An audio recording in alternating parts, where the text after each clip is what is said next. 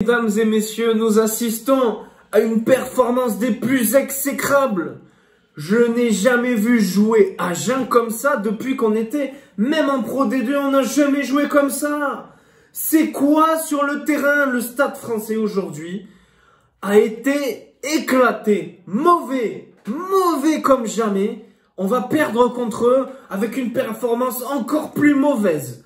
Alors oui, on va faire le point sur deux choses. Effectivement, il y avait beaucoup de vent et il y avait de la pluie. Très bien. Mais comment on peut perdre aussi mauvaisement, aussi nul? Je ne sais pas, je n'ai pas les mots.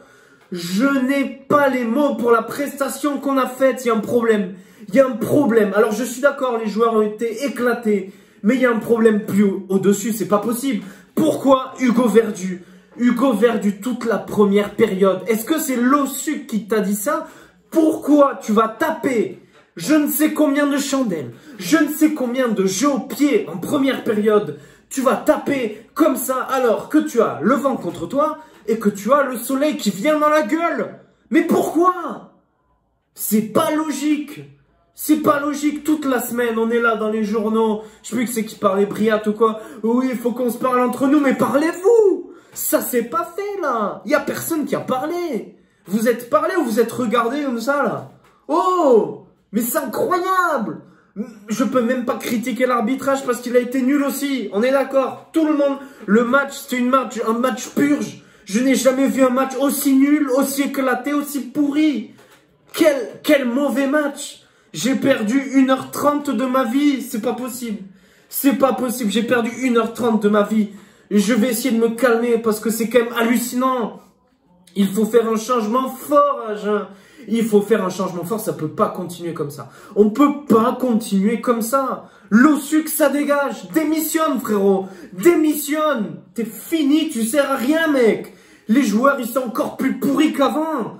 Et franchement, ceux qu'on a recrutés, ils sont éclatés. Aujourd'hui, il y a une anomalie quand même. Fernandez Correa, il est incroyable. Il fait un match incroyable. Et qui en sort à la 40e minute? Qui en sort à la mi-temps? Alors, je sais pas s'il était blessé. Et j'espère pas. Mais on sort Fernandez Correa. C'est le seul joueur, la première période, qui joue bien avec butin. Le numéro 1, le 15. Le reste, à jeter. À jeter. Correa, il allait super vite. Il s'impactait, Correa. C'est un jeune qui est trop fort. Mettez que des jeunes. Mettez que des jeunes, que ça fasse le cul aux vieux, bordel. C'est impossible, ça.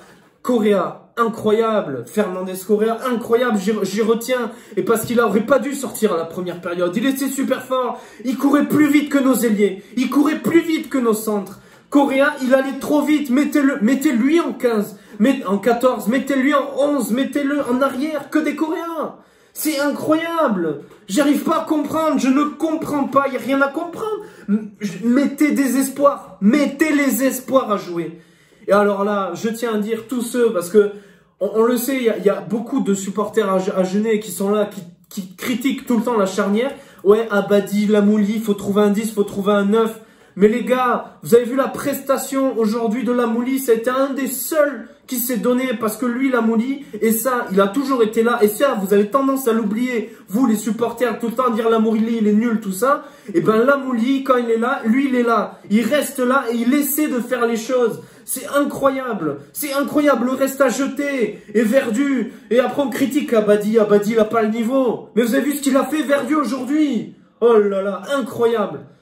Incroyable. Je ne comprends pas. Alors déjà, le match commence. Ibitoy ne joue pas. Allez, là, tu dis, le dernier match contre Clermont, c'est qui a tenu la baraque? C'était Ibitoy tout seul. Il a joué le 9 et tout ça. Tu dis, après Ibitoy, allez, c'est bon, c'est foutu. Bah oui, effectivement. Effectivement, c'était foutu. Mais c'est pas possible de continuer dans une perspective comme ça. C'est pas possible. J'ai jamais vu. Alors, stratégiquement, on était éclatés. Stratégiquement éclatés. On a été éclatés à tous les niveaux, devant, même en touche, là où on est fort d'habitude, là où on a eu des opportunités, on a été éclatés. Oh, il y a un moment, on lance, et t'as Girondo, il fait comme ça. Et le ballon, il passe au-dessus. Mais t'es con, mais lève les bras, je sais pas, attrape le ballon. Il est comme ça. Girondo, il fait une entrée, on prend un essai. Incroyable ça aussi, incroyable. Je comprends pourquoi il n'a pas débuté ce match. Parce que lui aussi, c'est une catastrophe, bordel. Une catastrophe de plus. Il y en a marre de ces vieux. Et cassez-vous. Cassez-vous. Rentrez de là où vous venez. Vous souillez à jeun. Et monsieur Fontenot, vous avez intérêt à sortir l'OSUC, à aller chercher des gens compétents. Parce que ce qui fait l'OSUC, regardez son palmarès. Et la dernière vidéo, je l'ai dit d'ailleurs. Mais regardez son palmarès. L'OSUC, il a jamais été bon en entraîneur. Il est pas bon. Je suis désolé, monsieur l'OSUC. Tout le respect que je vous dois. Mais ce que vous faites avec les joueurs, ça ne passe pas. Il y a quelque chose qui ne passe pas. Ce n'est pas bon. Il n'y a rien. Il n'y a aucune intention. On est éclaté. Je n'ai jamais vu un club de rugby aussi nul. Un match de Pro D2, c'est plus divertissant. Je vous jure, il y avait Perpignan qui jouait avant. Ils jouaient... C'était qui? C'était Perpignan, je sais plus qui c'était, mais Perpignan, mais c'était plus divertissant que Stade Français Agen. Agen, on a été claqué.